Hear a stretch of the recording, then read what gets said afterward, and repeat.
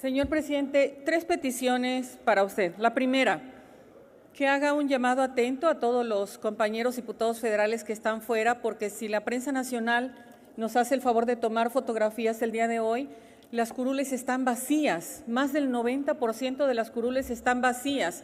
Cuando estamos discutiendo un tema tan importante para la nación, es importante, señor presidente, tomar nota de esto. La segunda es que mis 3 reservas sean textualmente incluidas en el diario de debate y se ajuste el reloj al tiempo de mis 3 reservas, si fuera tan amable.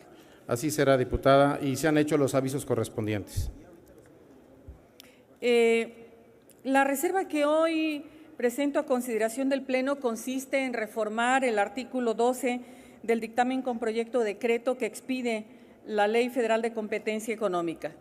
La propuesta contemplada en el dictamen, específicamente en la fracción 18 del artículo 12, menciona que será atribución de la Comisión Federal de Competencia Económica opinar sobre la incorporación de medidas protectoras y promotoras en materia de libre concurrencia y competencia económica en los procesos de desincorporación de entidades y activos públicos, así como en los procedimientos de licitación, asignación, concesiones, permisos, licencias o figuras análogas que realicen las autoridades públicas cuando así lo determinen otras leyes o el Ejecutivo Federal mediante acuerdos o decretos.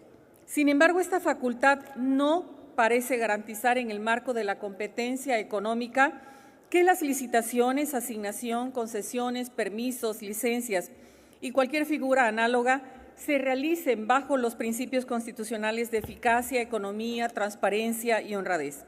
Hoy se pretende impulsar una agenda política centralista con reformas estructurales que ponen en manos de empresas privadas, nacionales y extranjeras el patrimonio de la nación. Hoy observamos cómo la estructura gubernamental ha trabajado en impulsar reformas encaminadas al fortalecimiento del Poder Ejecutivo, lo cual ha generado un desequilibrio en la división de poderes. Ejemplo de ello son las reformas en materia educativa, político-electoral, financiera, fiscal y energética, las cuales, además de haber sido aprobadas con múltiples deficiencias en el proceso legislativo, no resuelven de fondo los problemas existentes, sino más bien reestructuran su función y organización, poniendo en manos del Ejecutivo su operación. No obstante lo anterior, el dejar solo en manos de un solo hombre la incorporación de medidas protectoras y promotoras en materia de libre concurrencia y competencia económica pone en grave riesgo los activos públicos de la nación, sobre todo con una reforma recién aprobada en materia energética, la cual contempla contratos de utilidad compartida en los cuales el proceso de licitación, asignación, permisos y licencias deberán ser sometidos a una extrema vigilancia y profundo análisis, así como a una amplia participación por parte de la sociedad, ya que el petróleo forma parte de los bienes públicos de la nación y su destino no puede limitarse a una decisión unilateral. Por lo anterior, es de suma importancia incluir al Congreso de la Unión, por ser quien represente los intereses del pueblo, como órgano facultado para solicitar a través de la Comisión Federal de la Competencia Económica la revisión de todos los procedimientos de licitación, asignación, concesiones, permisos, licencias o figuras análogas que realicen las autoridades públicas a fin de transparentar de manera real, efectiva y ágil dichos procesos. Derivado de lo anterior, someto a consideración de la Asamblea la siguiente reserva.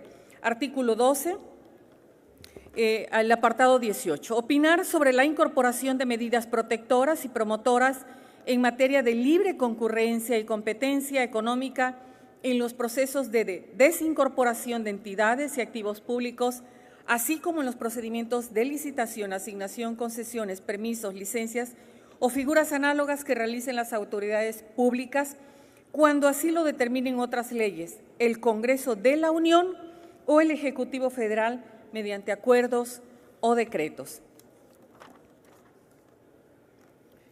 Con relación a la reserva que tengo en el artículo 30 del dictamen,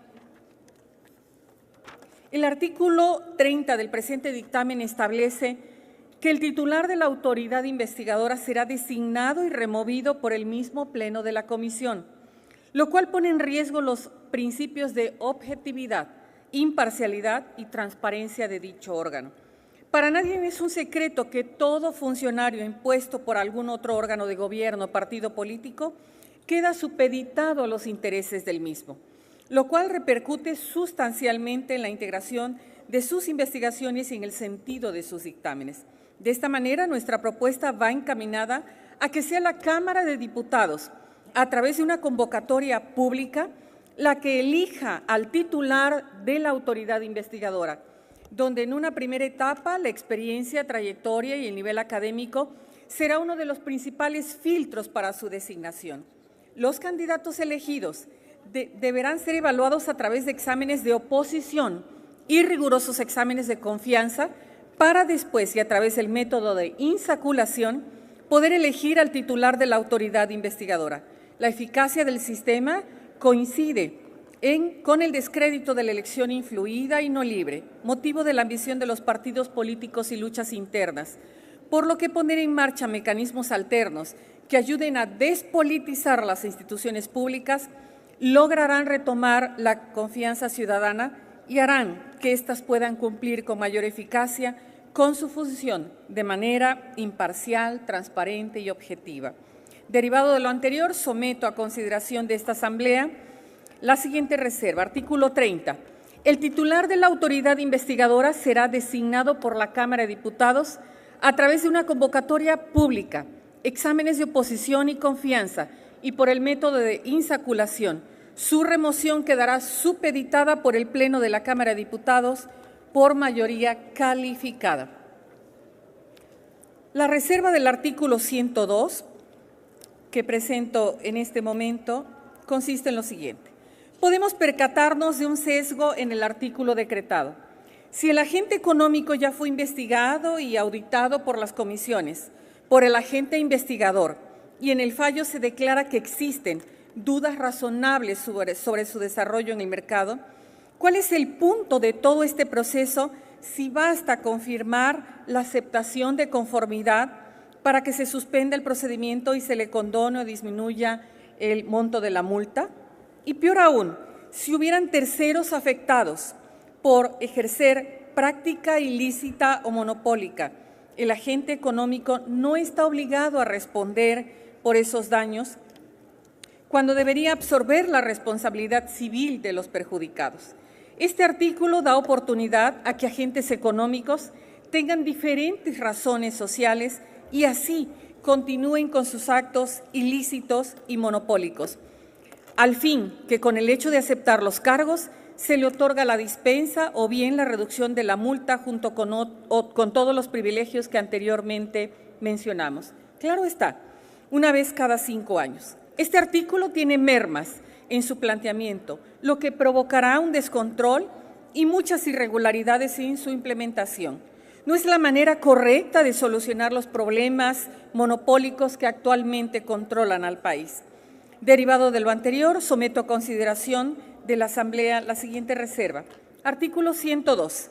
La resolución a que se refiere el artículo podrá decretar, primero, el otorgamiento del beneficio de la dispensa o reducción del pago de las multas que pudiera corresponderle. Y 2, las medidas para restaurar el proceso de la libre concurrencia y de competencia económica. Los agentes económicos deberán aceptar de conformidad expresamente y por escrito la resolución definitiva dentro de un plazo no mayor a 7 días a partir de la fecha en que sean notificados. Los procedimientos seguirán su curso por un periodo de 6 meses con auditorías y supervisión pertinentes, aún en el evento de que el agente económico acepte o no expresamente la resolución. Los agentes económicos solo podrán acogerse a los beneficios previstos en este artículo una sola vez. Este periodo se computará a partir de la aceptación de la comisión. La resolución a la que se refiere este artículo será siempre y cuando no exista perjuicio de las acciones que pudieran ejercer terceros afectados que reclamen daños y perjuicios derivados de la responsabilidad civil por la realización de la práctica monopólica relativa o concentración ilícita revelada a la Comisión en términos del artículo anterior. Es cuanto, señor presidente.